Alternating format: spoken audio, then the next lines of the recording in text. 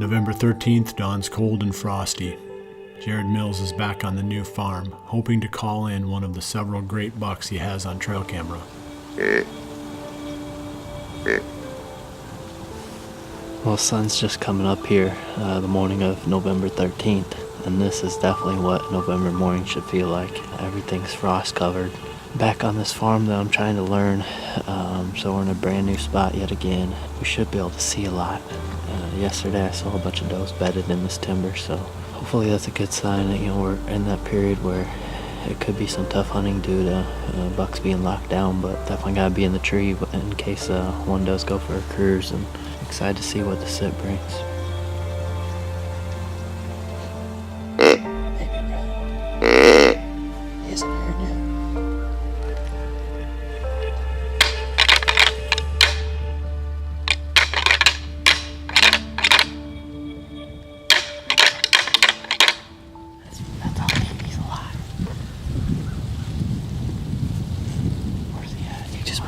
CRP. We can't see him. It's too tall. Yeah. He comes. He going. Okay. He's coming. He's coming. Yeah, he's coming right in.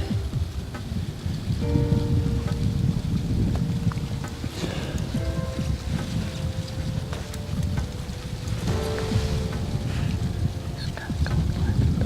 Yeah, well, now there he is. It's looking to the left. He's just looking. There he goes. He's looking.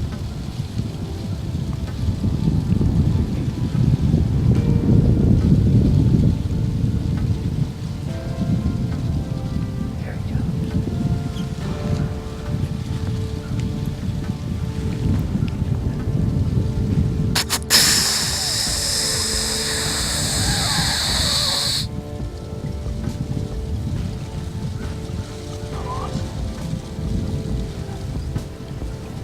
Do you see him?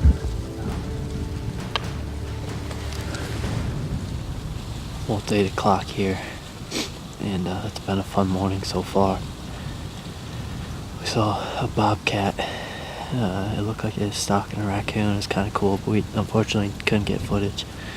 But we've also seen 2 shooter bucks. One was a deer I call Rocky, and I'm about 90% sure it was Rocky, going across the CRP field. But it was a real quick glimpse.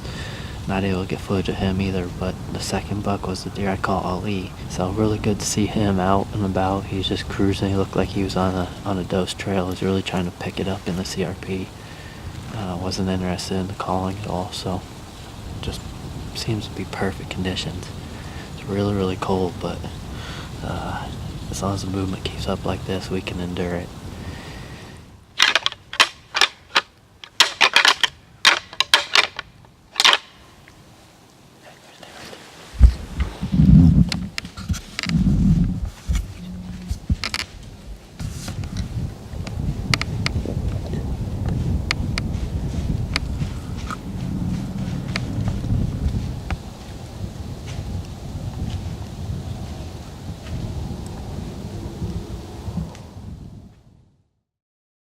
Jared is shooting the Hoyt Defiant bow with DFX cam system. This is one of Hoyt's advanced cam-and-a-half systems that eliminates any concern of cam timing. This new cam also rolls over in a way that increases the bow's effective length, which means the string angle is flatter, moving the peep closer to your eye for more comfortable and more accurate shooting. Cabela's is the best manufacturer we've found for producing quality footwear for deer hunters. Some of the Midwest Whitetail Pro staff favor rubber boots, while others use lace-ups. Cabela's makes models in both styles that are scent-free and perfectly fit to the task. Low light accuracy requires a sight with bright pins. Fuse sights have some of the brightest pins on the market, making it possible to take shots right up to the end of legal shooting time with total confidence. There are only 3 ways you can get busted in a tree stand. The deer can smell you, hear you, or see you. To reduce the chances of being seen, we wear the best camouflage we can. Realtree's open patterns perfectly blend into the hardwood timbers that we hunt.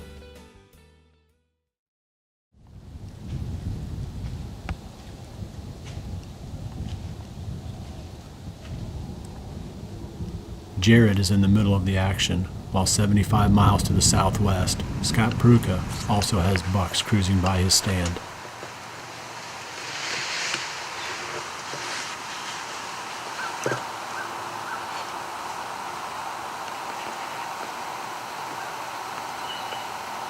Well, it's about 8:30, and we just had another encounter with what looked like a promising young 3-year-old. He was on a mission headed somewhere else, but pretty cool deer. It was fun. It's good to see some of these deer still out cruising.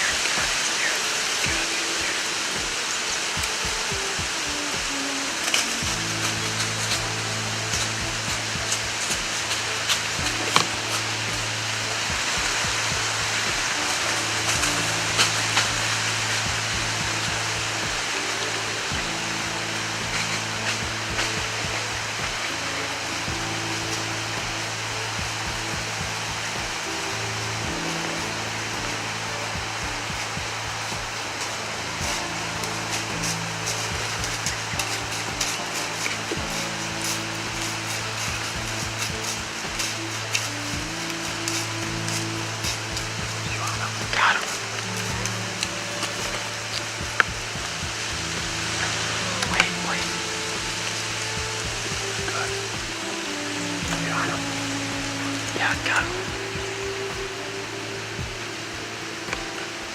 You want him? Yeah.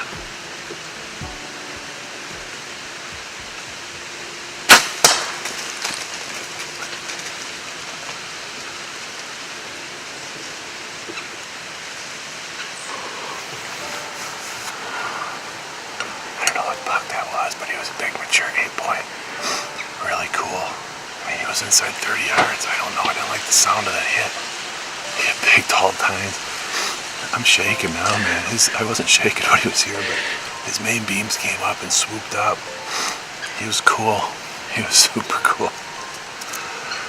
I hope I made a good hit on him. I don't know. I didn't like the way that sounded. It sounded funny when I hit him.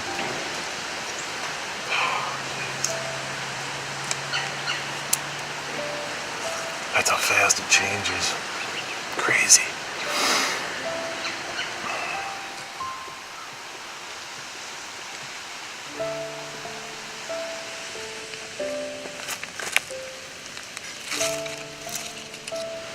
Well, here's the arrow. I'm just afraid that shot was too high. I mean, it passed through and there's blood all over it, but we saw where he cut in up here. We're going to see if there's any blood and go back to the house or the office or something. See where we hit that deer for sure and come up with a plan for looking for him.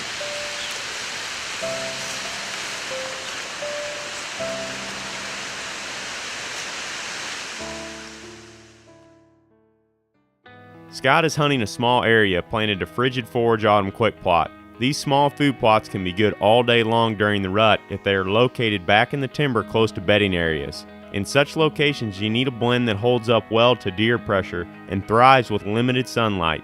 It all paid off for Scott when this nice buck followed a doe into the food plot. Scott's arrow passed completely through this buck at 25 yards. He's shooting the 5mm Easton Full Metal Jacket, and the shaft's small diameter and solid weight are perfect for whitetail hunting.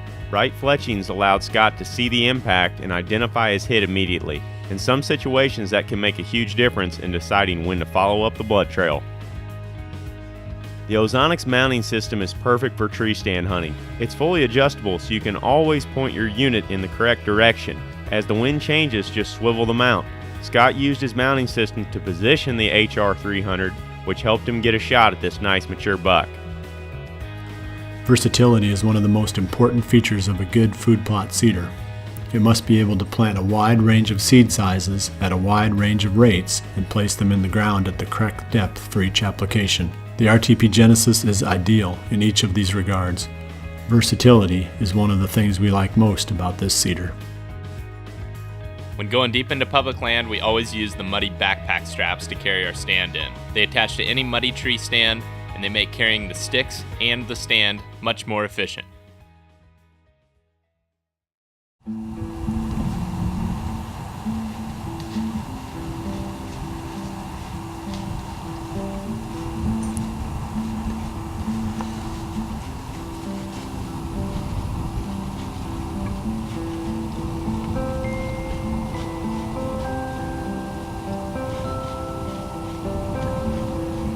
As Jared's morning wraps up, Scott Prucha and friends take up the blood trail from the buck he shot 2 hours earlier.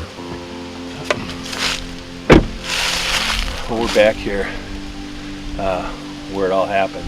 Looking at the footage back in the office, everybody thinks it's not going far, and I was thrilled to see how it looked because I was nervous. It just made that funny noise when it hit. After looking where the deer went through, I think we got double lung. So that's good. It's been 2 hours, and hopefully it didn't go too far.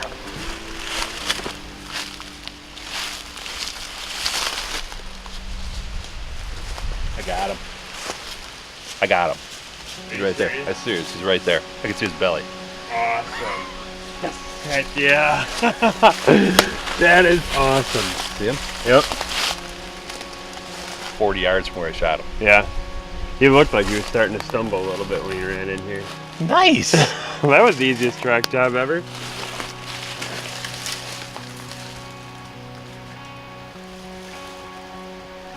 Well, we got him out to the field here, and literally where he cut into the woods, I don't think he went another 40 yards. So he made the mistake of going after that spike eating the autumn quick plot because I don't know why he would go pick a fight with a little buck like that when his doe just crossed the trail right underneath us. Because if he would have went that way, we wouldn't have got a shot at him. It would have been too difficult. It's coming straight at us and straight under the tree. So we lucked out. The little spike eating breakfast did him in today. This is actually a deer. I'm gonna have to look back at pictures, but I saw him come in and I didn't really know what deer this was. I'll have to look at pictures and see if I do know him, but you know, I saw the rack and I saw he was a decent buck, and after that I just was concentrating on his body as he walked right in front of us, and I could tell he was a mature deer. You know, he's at least a 4-year-old, maybe a 5-year-old, and he put on a show, and it's been a tough season. I haven't had a lot of close encounters. There's a couple bucks I'm after that are certainly still on the farm. I get pictures of them all the time, but they just haven't cooperated, so couldn't be happier getting this guy on the ground.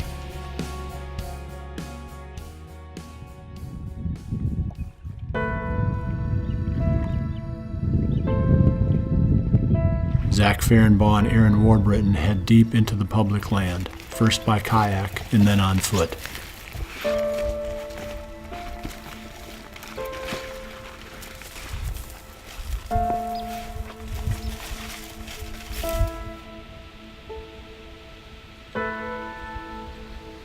It's November 13th, and Aaron and I are at the river unit today. We came back originally with kayaks, and we got to a point where we couldn't go any further.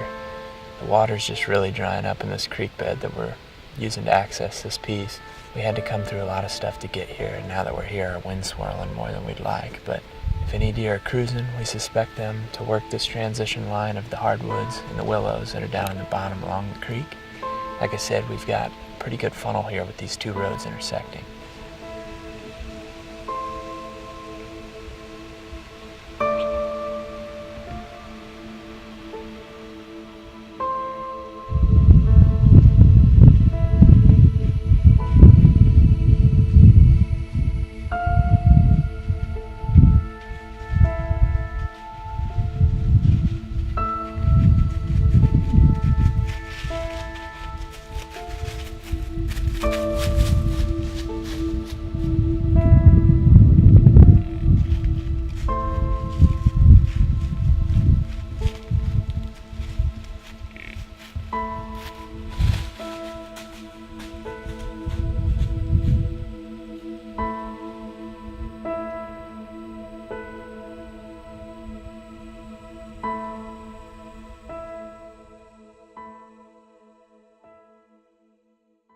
Scott ran his Muddy Pro Cam 12 on time-lapse mode and managed to pick up this buck during early November. Time-lapse allows you to set the camera to take a photo at regular intervals during certain times of the day. We generally select the last hour of daylight. This is a great feature to use when learning how and when deer use small food plots. I've been in a number of hunting camps over the years, and hunters rarely argue over which bow or arrow is the best. But it can get pretty heated when the subject of broadheads comes up. Bow hunters have strongly held opinions about what is the most important on this critical part of the equipment puzzle. At Midwest Whitetail, we've been shooting rocket broadheads for as long as we have been in business. We aren't biologists, but some of the top names in the business swear by the more than 65 minerals found in the trophy rock. It contains not only the macronutrients that you find in other products, but all the micronutrients needed in proper balance for a healthy herd. No one really thinks about mobility in their ground blind until it is too late. Having a good seat that allows you to pivot quickly and quietly to cover any window in the blind is a definite asset. That's why we use the redneck blind chair in all of our ground blind hunting. Back on public land, a young buck passes Zach and Aaron's stand, but it is a different set of footsteps in the leaves that grabs their attention. He's coming right over here.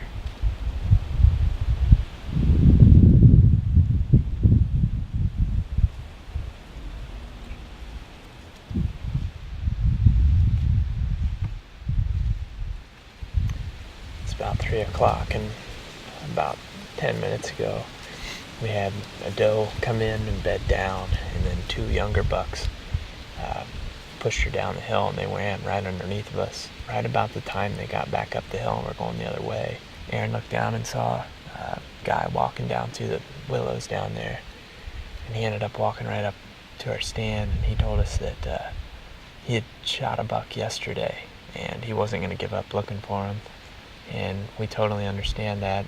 The only bad thing is he's looking, or he has to look, because I'm sure that's where the deer went, right where we're kind of expecting the deer to come from, and where those 3 deer we just saw came from. So he snuck up there pretty quiet. It's windy. I don't know. We'll probably stay here, is what I imagine. We don't have a lot of time to move, so figure we'll probably just sit it out, and it's public land. It's what happens sometimes. Yeah.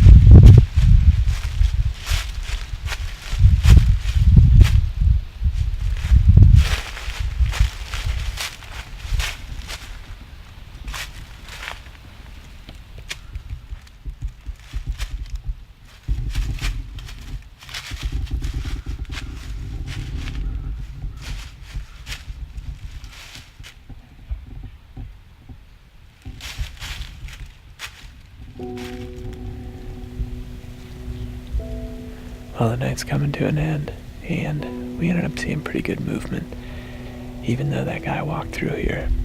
The only bad part was it was all 2- and 3-year-old bucks and does. We think when we come back here in a few days, we're going to push further to the south. There's still a lot of land that goes that way, and it's even harder to get to, so if there's a mature buck in here, that's where we'd expect him to be.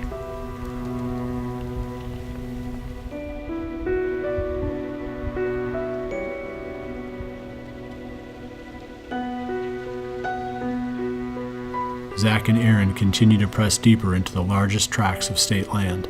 With the rut winding down, this is no time for caution. 20 miles away, on a different piece of public land, Sean Ferendorf hunts one of the crew's best areas. Sean is roused from a mid-morning nap just in time to see a mature 10-pointer heading directly toward his stand. Drowsy, he misjudges the age of the buck and decides to pass, a decision that haunts him when the team reviews the footage later.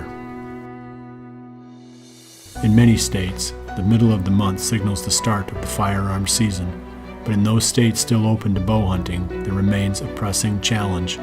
We have hit a lull that can last several days. It is the deep breath before the rut's final gasp. Patience is the key, not panic. There are still good days to come, And while hope remains, we will continue chasing November.